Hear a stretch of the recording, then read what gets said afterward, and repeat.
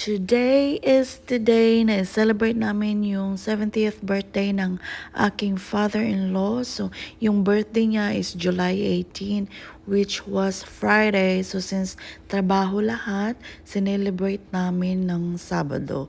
So, late upload na itong video, guys. So, ito nga, nandito kami sa kanyang houseboat. So, nag-iisa na lang siya at nakatira siya sa houseboat, which is 30 minutes away from us only. Tapos ito nga, may bagong addition sa family, itong pamangkin ng aking asawa. So, ano lang yan siya dahil less than a month newborn baby. Tapos ito yung aking asawa, busy-busyhan sa pag-ihaw-ihaw. So, inimbitahan namin yung mga closest friends niya na iilan lang. Happy birthday to you! Happy birthday, dear Tommy Grandpa. Happy birthday to you. Tapos mga puti, pero ang handa namin ay mga Filipino foods.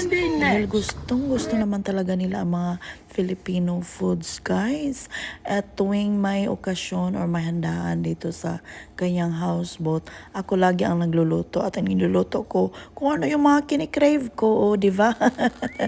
So, meron kaming pansit. Tapos yung asawa ko nag-ihaw ng chicken, ng ribs. Nagluto ako ng lumpia, ng shrimp. Tapos meron kaming barbecue. Pinoy barbecue lang. Paborito ng mga anak ko. At syempre, yung lechon natin and lumpia, sold out lagi yan. So ito nga, nag-fireworks kami para sa kanyang birthday before tatapusin ang celebration. So enjoy watching fireworks, everyone. Thank you and God bless.